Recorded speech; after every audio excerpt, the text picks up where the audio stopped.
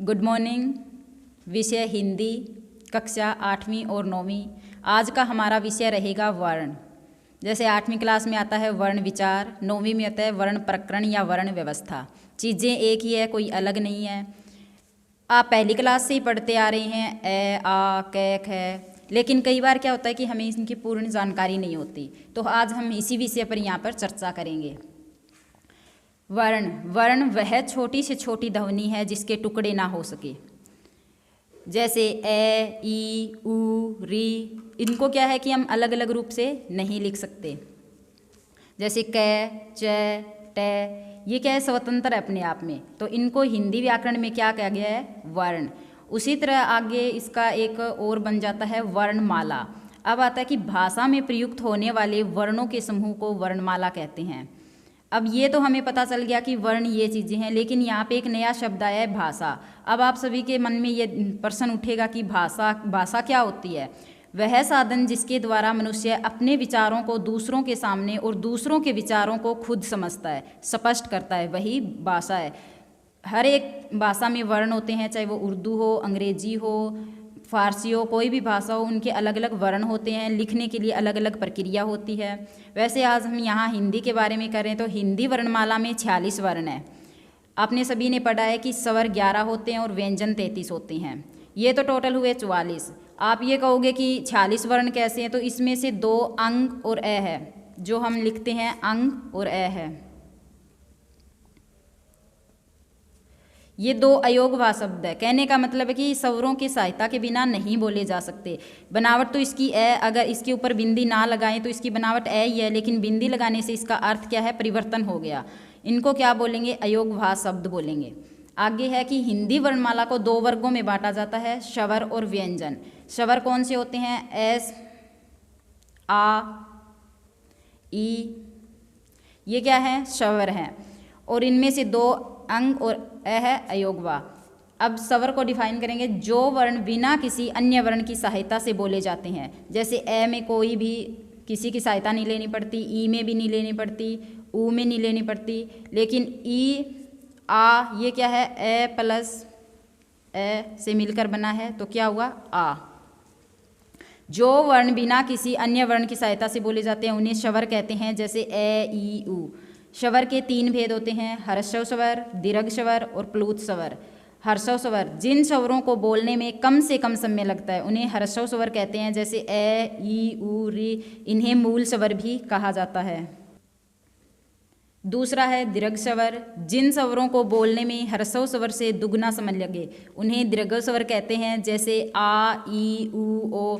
देखो हमने पहले किया था ह्रस्व स्वर, उसमें क्या था, स्वतंत्र था ए, लेकिन ए में कम समय लगता है और आ में। इसी तरह दीर्घ का मतलब भी क्या है, थोड़ा लंबा, दीर्घ का बड़ा। तो जैसे क्या है कि ह्रस्व स्वर से दुगना समय लगता है। जैसे ए, एक तो ए बोलेंगे, एक आ बोलेंगे। आ में क्या है, ए से दुगना समय लग रहा है।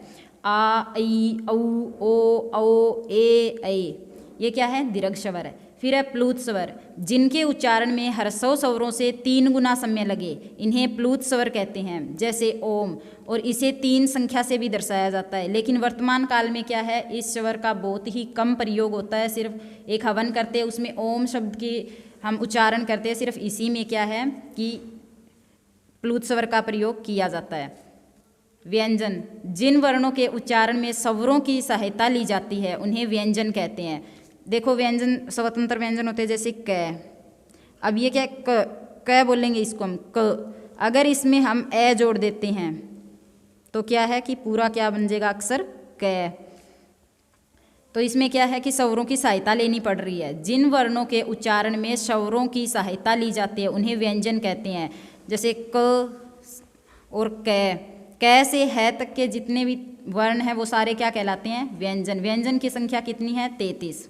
आगे इसमें अक्षय, त्रय, ज्ञ और स्वर, ये क्या है, व्यंजन है, परंतु इनके 2 व्यंजन मिलने की वजह के कारण ये स्वतंत्र रूप से इनको प्रयोग में नहीं लाया जाता। कई बार क्या है कि हम कै से लेकर अज्ञ तक पढ़ते हैं, सारे ये कहते हैं कि इसमें है तक ही व्यंजन क्यों है, क्योंकि ये जो अक्षय, त्रय और ज्ञ है ये सारे क्या है कि 2-2 व्यंजनों के मेल से बने हैं। व्यंजन के 3 भेद होते हैं, स्पर्श, अंतस्थ और ऊष्म। स्पर्श क्या होते हैं, कै से मैं, जो क्या है कि मुंह और जीव दोनों के भाग के स्पर्श होकर जो बोले जाते हैं वो क्या है, क और मैं से लेकर के जितने भी वर्ण हैं वो मुंह और जीभ के स्पर्श से बोले जाते हैं। फिर है अंतस्थ, य, रे, ल और व। फिर है ऊष्म, श, स, और है।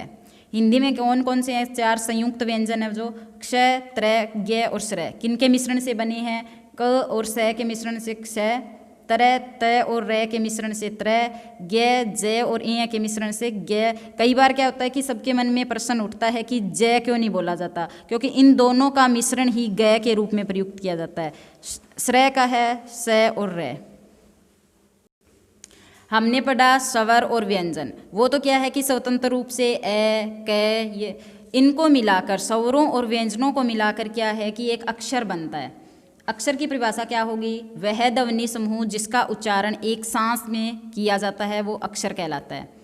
जैसे क प्लस ए, तो इसका क्या है? क, पूरा अक्षर बन गया क। और अक्षरों को मिलाकर शब्द का निर्माण किया जाता है। एक या अनेक अक्षरों के मेल से जो सार्थक इकाई बनती है उसे शब्द कहते हैं। जैसे क अक्षर है, मैं अक्षर है और ल, इनकी सार्थक इकाई क्या बनी? कमल। कमल किसी रूप में या फिर किसी फूल का नाम है कमल। वैसे ही आगे हम अक्सर पढ़ते हैं कि आँख, कंगन, सारे सोचते हैं कि ये तो अक्षर भी हो गए, इसमें शब्द भी हो गए। तो ये चीज़ें हैं जो बिंदु लगा हुआ है ऊपर, चंद्र बिंदु और बिंदु, ये किस चीज़ को डिफाइन करता है? तो अनुस्वार क्या है कि इनको क्या कहते हैं? अनुस्वार, जो एक बिंदु के रूप में प्रयुक्त किया जाता है इसको अनुस्वार कहते हैं। किसी अक्षर के ऊपर जो एक बिंदु लगाया जाता है उसे अनुस्वार कहते हैं। इसकी उच्चारण ध्वनि नाक से आती है, जैसे कंकड़, कंकाल। ऐसी अनुनासिक, जिस अक्षर के ऊपर जो चंद्र बिंदु लगता है, जिसकी उच्चारण ध्वनि नाक और मुख दोनों से निकलते उसे अनुनासिक कहते हैं, जैसे अंक और हंस और आँख। अब हमने किया स्वर के बारे में पढ़ लिया, व्यंजन के बारे में भी, शब्द के बारे में भी, अक्षर के बारे में। अब क्या है कि अब इनको लिखने के लिए किसी ना किसी की तो ज़रूरत पड़ती है, कोई ना कोई चिन्ह तो हमारे सामने ही आता है। जैसे उसको हम क्या कहेंगे? लिपि। लिपि क्या है कि ध्वनियों को लिखने के लिए जिन चिन्हों का प्रयोग किया जाता है उसे लिपि कहते हैं। चाहे अंग्रेजी के शब्द हों, चाहे फारसी के, चाहे उर्दू के, चाहे हिंदी के, किसी न किसी रूप में प्रदर्शित करते हैं। जैसे अंग्रेजी को हम कैसे लिखते हैं? A-B। वैसे ही उर्दू को हम कैसे लिखते हैं? ये वाली भाषा होती है, वो उर्दू के शब्द होते हैं। हिंदी में हम आ, ये कहीं ना कहीं से तो बने हैं ना।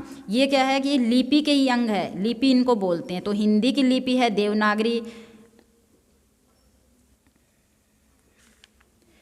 लिपि के बाद क्या है कि हमें अक्षर तो मिल गए लिखने के लिए, उनका चिन्ह तो हमने प्रदर्शित कर लिया, लेकिन जब हमें अक्षर और शब्द लिखने के लिए मात्राओं की ज़रूरत पड़ती है। जब किसी स्वर को किसी व्यंजन में मिलाया जाता है तो उसको चिन्ह के रूप में ग्रहण किया जाता है। स्वर के इस चिन्ह या छोटे रूप को ही मात्रा कहते हैं। धन्यवाद।